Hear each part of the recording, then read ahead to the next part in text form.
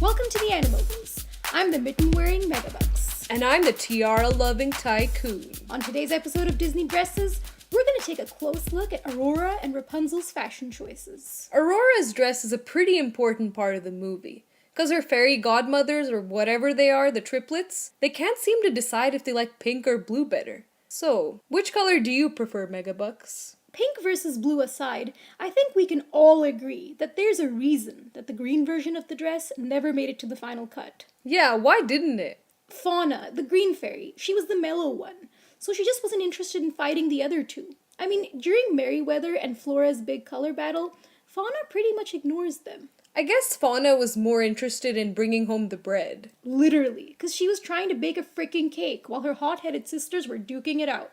Clearly Fauna has her priorities straight. Briar Rose isn't gonna get much dancing done if she goes to the palace with an empty stomach. Exactly. But back to the blue versus pink conundrum, I think that Aurora is a very princessy princess, so the pink dress suits her more than the blue one. I second that. The blue looked nice, but franchise Cinderella, she cornered that market and now there's no going back. See, each princess has to have her trademark color. Rapunzel has her purple, Belle has her yellow, so somebody needs to take on classic pink. And since Sleeping Beauty has no personality and no goals in life except to marry her prince and look hot, pink is the perfect color for her. And Wendy and Alice had blue dresses too, so Sleeping Beauty's dress would have been one more blue dress that we don't need. Moving on, let's talk about Rapunzel. Now, as we all know, the Disney villains have copyrighted the color purple, and they've never allowed anyone to go near it. But then Rapunzel showed up and broke their streak. She took purple from them. Which in Disney movies has traditionally been an evil color. I don't know why, because purple's the color of royalty. It's not like green, which signifies jealousy and envy and all that.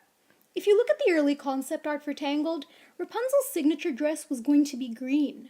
I remember being pretty unhappy when they changed it to purple, because I thought the green dress suited her personality a lot more. I mean, when I think of green, I think of spring and renewal and all that good stuff. Rapunzel was wilting away in that tower of hers, but when she left, she blossomed. So I think the symbolism of a green dress would have been really, really poetic. Plus, the green dress would have matched her eyes. Exactly. I mean, Rapunzel's not this super girly character, so I thought the purple and pink combo wouldn't suit her. But in the end, she rocked the purple. I want Disney to have a female main character who has a vibrant red dress. Like, why not? Why can't any of them have a red dress? Red doesn't have to be vampy is what I'm trying to say. I agree with you, but I'm thinking that Disney is really worried that the parents are going to come after them with sticks. When really, they should be more worried about the animals coming after them with sticks, because we pack a hell of a lot more of a punch than those parents. But back to Tangled. At first, I was really upset that Rapunzel's dress was too short for her body. But then I was like, hey, she already has to worry about carrying her hair around. Is she gonna carry the dress too? So good thinking, Disney. Exactly. Now, if Rapunzel lived in our time, she would definitely be a leggings kind of girl. But she doesn't live in our time. There are no leggings in this land. So the shorter dress makes sense. They're showing that, like her tower, Rapunzel's outgrown the dress too, and it's time for her to move on.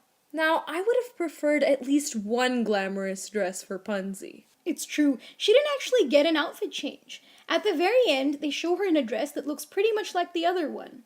It should have looked a bit different and a lot more royal. Because think about it, she's been trapped in this tower for a really long time, wearing the same dress for practically her whole life. So when she finally becomes a princess, she should have had a really dramatic dress change. The change in her status should be visually obvious, you know? Beyond her teeny tiny tiara. Like, this is how a princess lives. I mean, for princesses, it's all about the dress. Definitely. That brings us to the end of Disney Dresses Part 4. If you haven't watched last week's episode, check out Disney Dresses Part 3, where we take a close look at Belle and Jasmine's fashion choices. Thanks for watching The Animoguls.